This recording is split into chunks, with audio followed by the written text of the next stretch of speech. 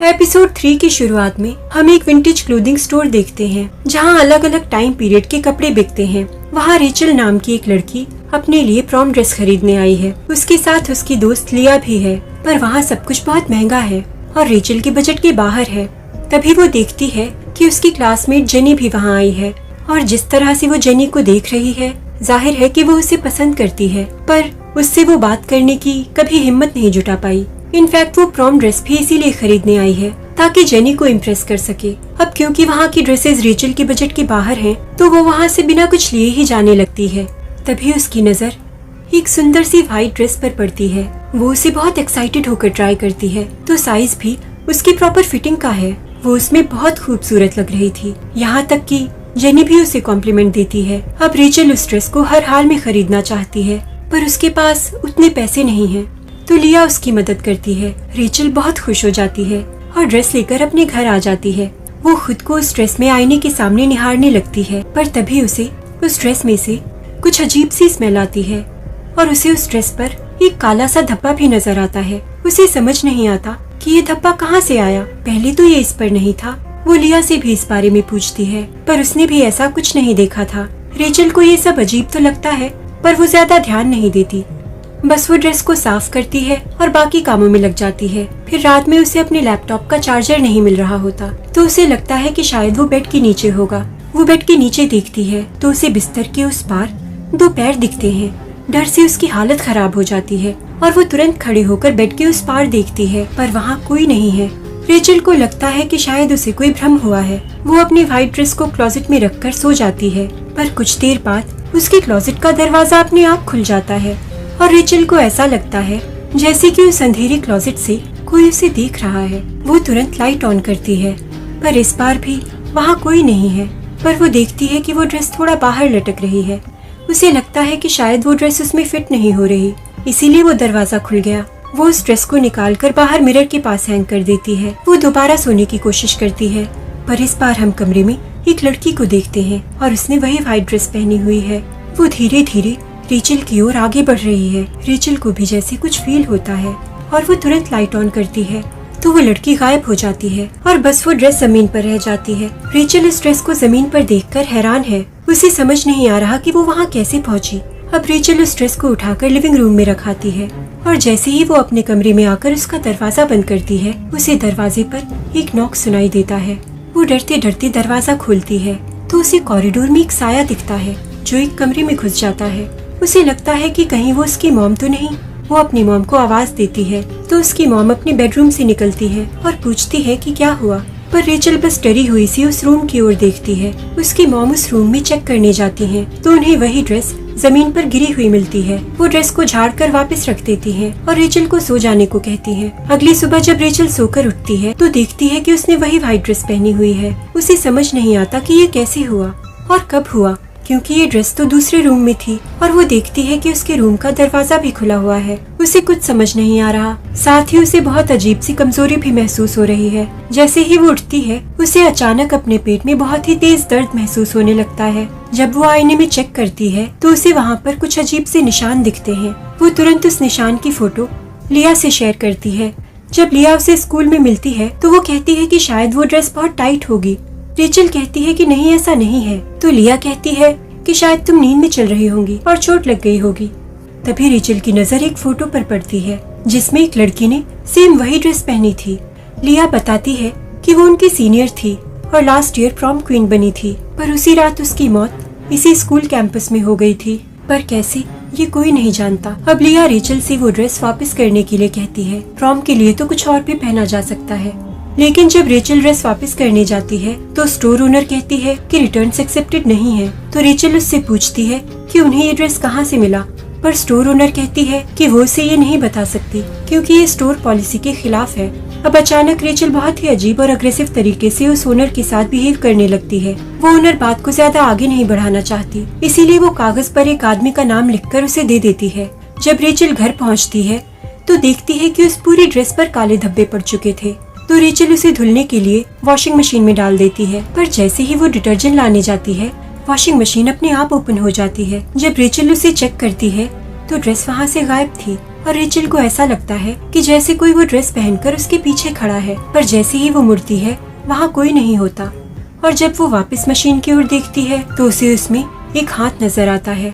वो जोर से चीखती है और अगले ही पल मशीन में शॉर्ट सर्किट हो जाता है और एक बार फिर से वो ओपन हो जाती है और इस बार ड्रेस उसके अंदर ही है। रेचल उसे निकाल लेती है पर उसे कुछ समझ नहीं आ रहा कि ये सब क्या हो रहा है। अब रेचल उस लड़की के बारे में सर्च करने लगती है जिसने फोटोग्राफ में वो ड्रेस पहनी हुई थी, तो उसे पता चलता है कि उसकी मौत पॉइजनिंग की वजह से हुई थी। फिर रेचल उस नाम के बारे में सर्च करने लगती है जो शॉप ओनर ने उसे दिया था, यानी मार्कस मूर। तो उसे पता चलता है कि वो एक मॉर्टिशियन है और जहाँ वो काम करता है वो वहाँ का एड्रेस नोट कर लेती है। वो तुरंत उससे मिलने चली जाती है। वो उस जगह पहुँचती है तो वहाँ एक अजीब सी क्रीपीनेस है।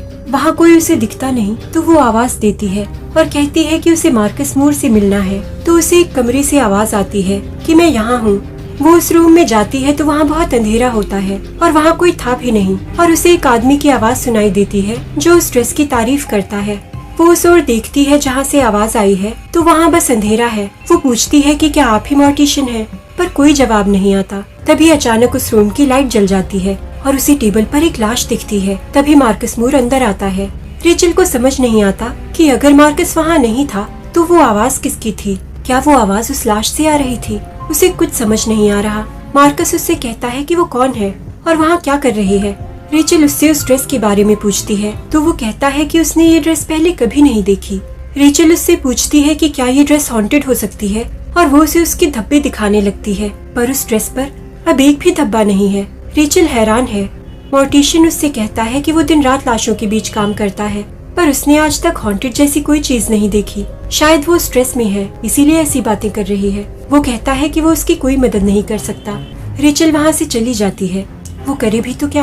अब हम देखते हैं कि वो मॉर्टिशियन वहाँ पड़ी लाश से महंगा कोट उतार लेता है और उसे हैंगर में डालकर ले जाता है। इसका मतलब कि वो अक्सर वहाँ आई लाशों से कपड़े निकाल कर उन्हें अपने फाइनेंशियल गेन के लिए बेचता है। और वो उस ड्रेस को पहचान गया था जो रेचल लेकर आई थी, पर उसने उससे झूठ बोला। उधर रेचल घर पहुँचती है तो देखती है कि लिया वहाँ आई हुई है। उसे देखकर रेचल भड़क जाती है और पूछती है कि वो क्या करने आई है। लिया कहती है कि मैंने तुम्हें स्लीप ओवर के लिए टेक्स्ट भेजा था, तुमने देखा नहीं। रेचल बहुत रूडली कहती है कि उसके सर में दर्द है, उसे कोई स्लीप ओवर नहीं करना, और वो सोने चली जाती है।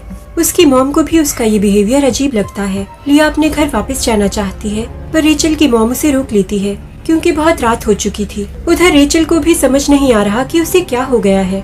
वो सोचती है कि मॉर्निंग में लिया से माफी मांग लेगी और वो अपने बिस्तर में लेट जाती है। वो जैसे ही आंखें बंद करती है उसे एहसास होता है कि उसके बिस्तर पर उसके अलावा भी कोई है। वो पलटकर देखती है तो उसे एक बहुत भयानक चेहरा दिखता है, एक लड़की का जिसने वही ड्रेस पहनी हुई है। रेचल जोर से चीखती है और उसकी चीख सुनकर लिया कमरे में भागती हुई आती है। वो देखती है कि वो ड्रेस रेचल के ऊपर है और रेचल उसे हटाने की कोशिश कर रही है पर हटा नहीं पा रही।